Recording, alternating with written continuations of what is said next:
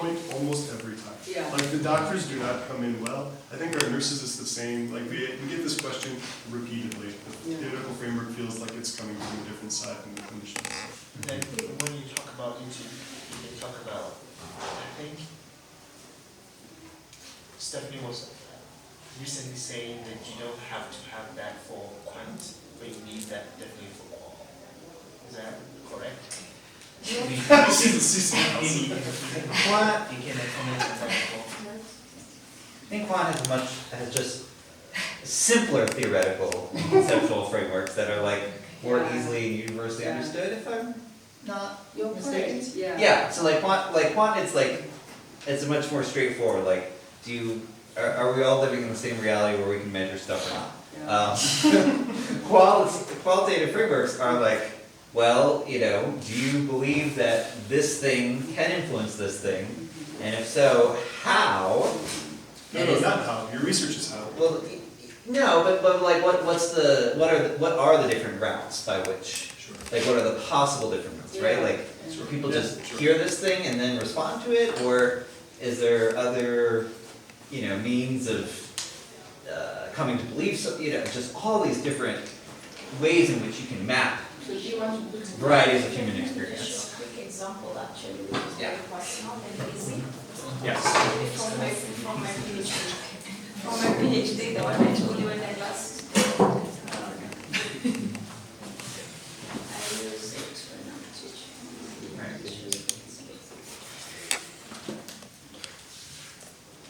And of course,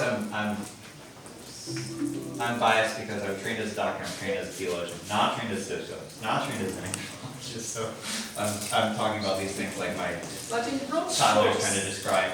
in broad strokes, that's exactly how it is. Both of you that you've described it. Yeah, but it's true, people do get stuck on different. Yeah, so like I said, and I like to make this simple, even before you look at the slide, think about who has done anything, you're working on hypertension, who has already, you're interested in delay to care or something like that, who has done some work on delays. What framework, what theoretical framework did they use to organize their ideas? It could have been hypertension, it could have been any other condition.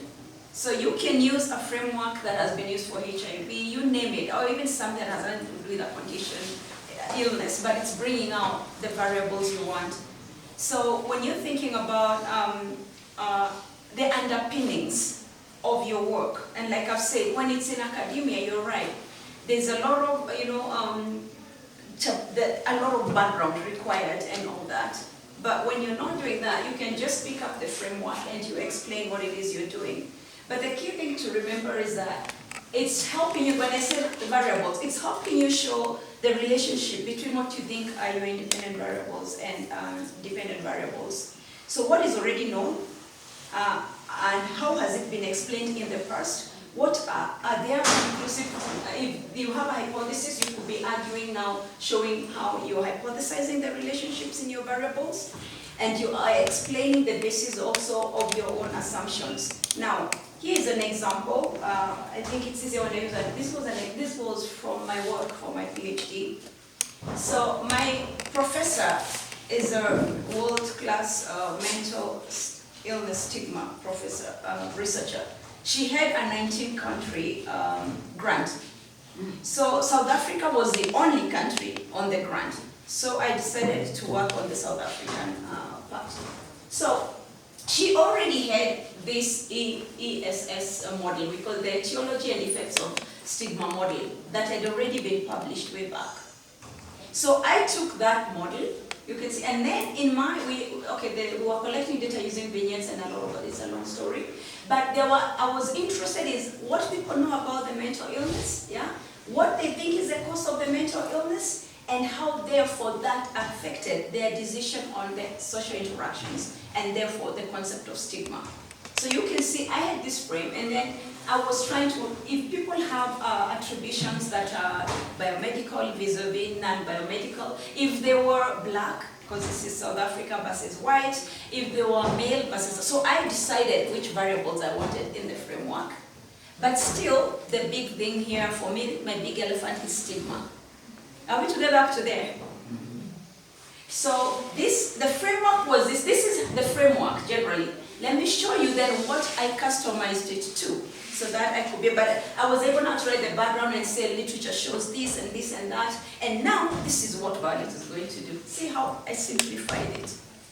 And I said for my study, I'm interested in because it's a vignette. We were giving a story about describing somebody and then asking the person reading the story, how would you feel about it? Maybe you're describing someone, you want to marry someone, you've proposed, then you just found out that there's epilepsy in their family or whatever it is. So there's a passive verb, and then the person in the vignette. So we were looking at anyway demographics. Then the causes they attributed to the condition. And then we had 6 dimensions of stigma.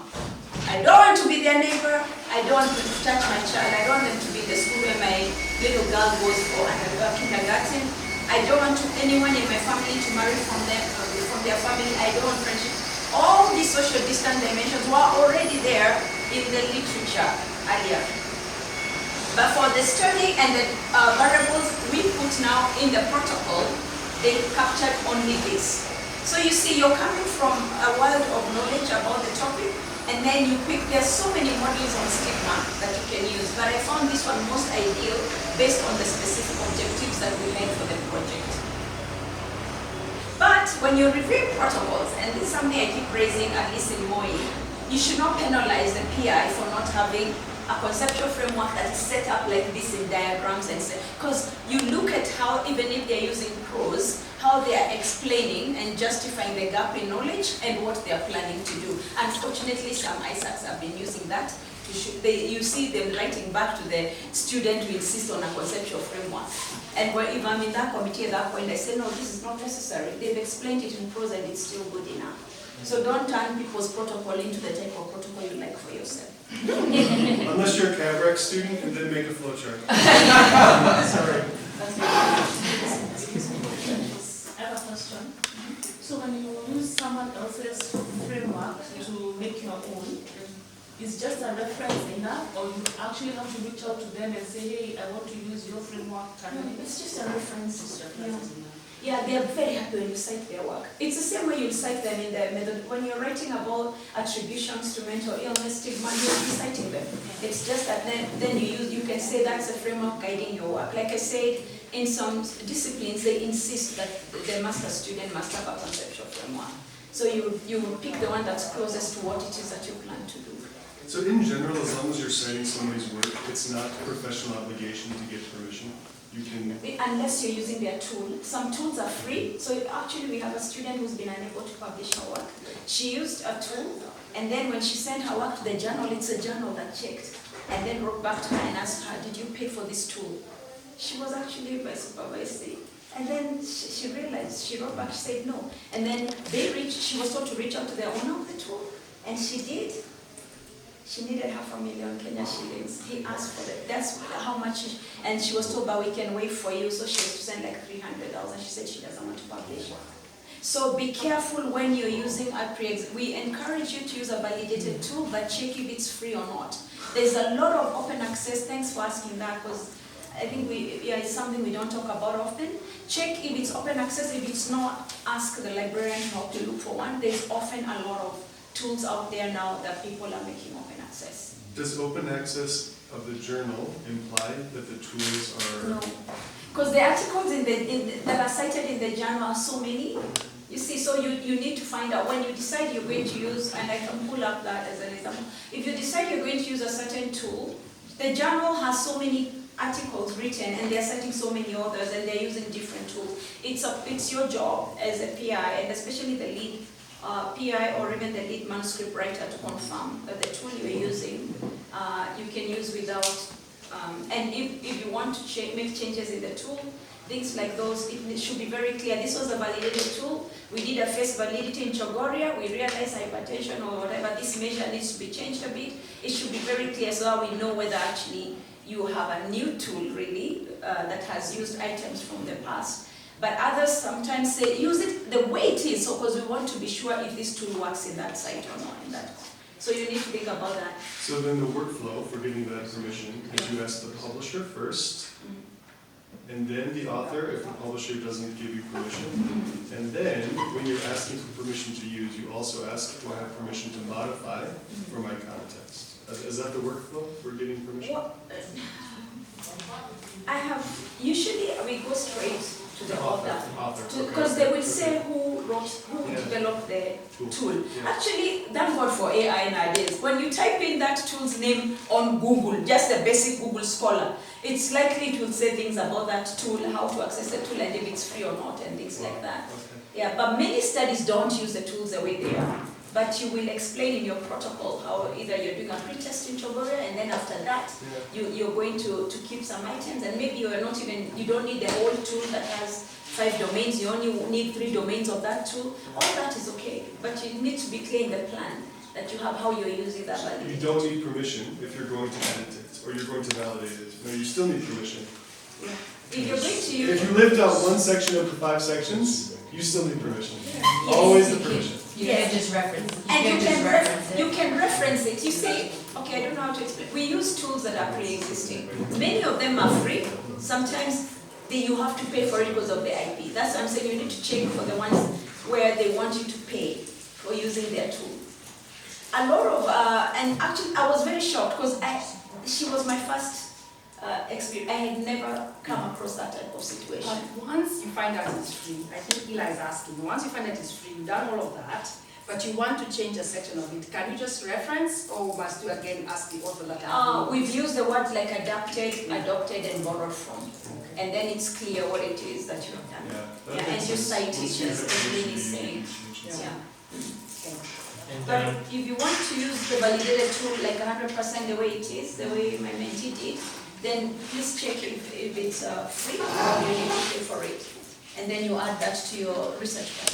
But what I'm hearing you say is that even if you know that you're going to adapt it, this is the closest one, it's not quite, I'm going to have to do a pilot, I'm going to have to adapt, I still need to get that author's permission to use it as my source material. Am I hearing you say that correctly? Knowing that I'm going to contextualize and adapt, I still need that author's permission. Yes, if it's closed, if the IP is that way for that tool. Many of them are not like that. When you say Many of them, they will even put it as an appendix to their manuscript published, and it's free for use. But the ones that